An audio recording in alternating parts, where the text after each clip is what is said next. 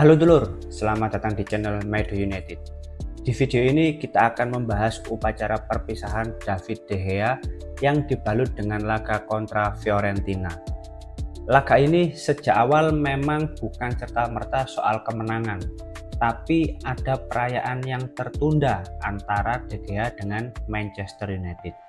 Selain itu, di laga ini juga jadi perkenalan pemain baru yang menggemparkan bursa transfer musim panas ini, yaitu Benjamin Sesko.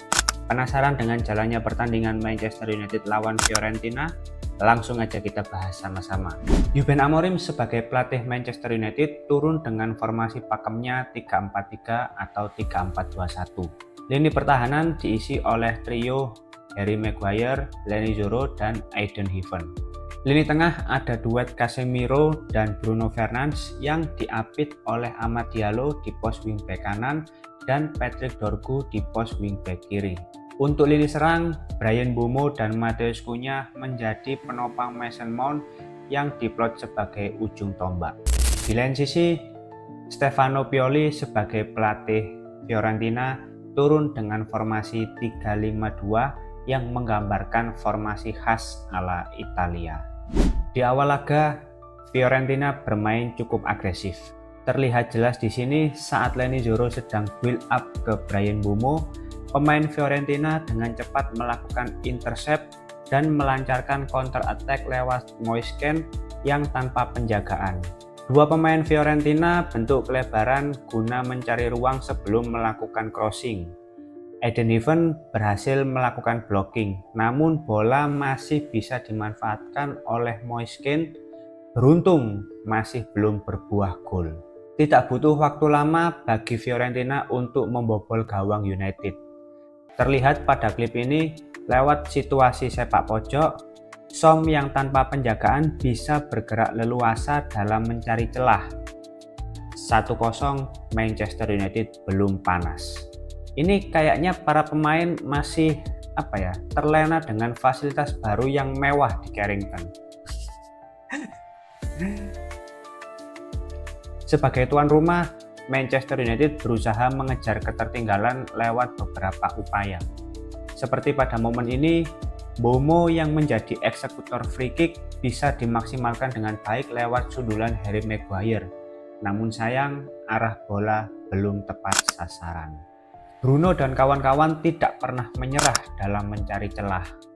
Lewat momen ini, free kick Bruno yang mengarah pada kotak penalti sudah berusaha diantisipasi oleh pemain Fiorentina. Tapi karena ketatnya penjagaan para pemain United, 1-1 gol bunuh diri samakan kedudukan.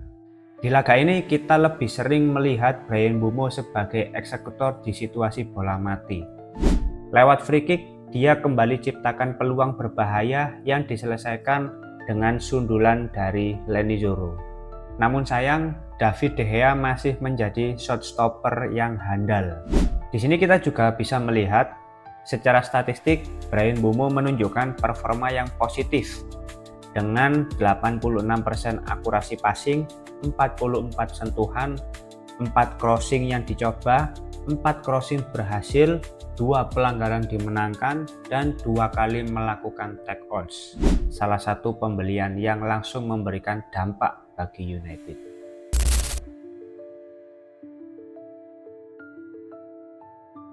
Masalah di lini tengah masih terus berlanjut. Ada momen di mana duet Bruno Casemiro tak berkutik di hadapan Fiorentina. Seperti pada klip ini, saat Mason Mount kehilangan bola, Fiorentina unggul dari jumlah pemain, menyisakan 1 pemain tanpa penjagaan. Bruno juga bukan pemain yang unggul dari aspek defensif. Casemiro yang berusaha melakukan pressing tetap menunjukkan kelemahan lini tengah MU yang membiarkan pemain lawan bergerak bebas dan melakukan direct passing di sepertiga akhir. Lini tengah yang belum stabil tidak sepenuhnya mempersulit gameplay Manchester United.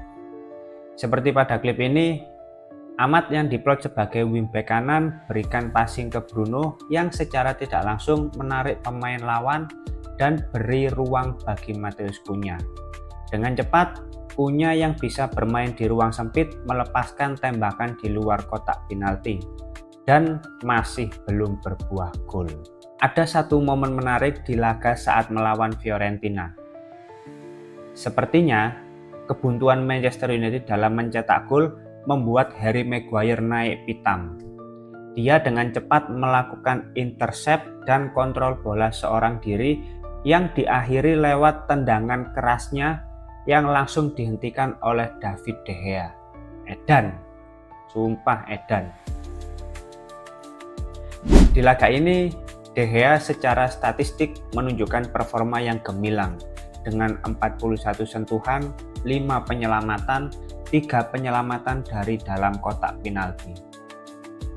Masih nggak habis pikir, Ten Hag bisa pecat De Gea demi Onana. Anjing memang. Selama 90 menit, laga bertahan dengan skor 1-1. Di sini ada poin penting dari aspek bertahan United yang tetap konsisten. Sebab di laga ini, Leny Yoro berkontribusi lewat 93% akurasi passing, 85 sentuhan, 7 duel dimenangkan, 2 tackle dimenangkan, 2 kali ball recovery, 2 tembakan tepat sasaran, dan 1 clearance. Bukan hanya Leny Yoro, Eden Heaven juga tampil stabil dengan 100% akurasi long pass, 100% duel udara dimenangkan, 100% duel darat dimenangkan, 98% akurasi passing, dan 4 kali recovery bola. Boys tenan anjane. Laga berlanjut dengan adu penalti yang dimenangkan oleh Manchester United. Kali ini bukan trofi kaleng sarden, tapi trofi kaleng kongguan yang berhasil diraih oleh Manchester United. Kedatangan trio BBC tidak serta-merta menyempurnakan skema Amorim. Lini tengah yang masih lemah selalu menjadi masalah yang tak berkesudahan. Sepertinya Carlos Baleba memang harus serius didatangkan. Pramusim telah usai, 5 laga telah terlewati tanpa kekalahan yang harusnya bisa jadi modal bagus untuk meraih kemenangan di minggu pertama kontra Arsenal. Menarik untuk kita nantikan bersama. Terima kasih sudah menonton video ini. Jangan lupa like, komen, dan subscribe. Salam.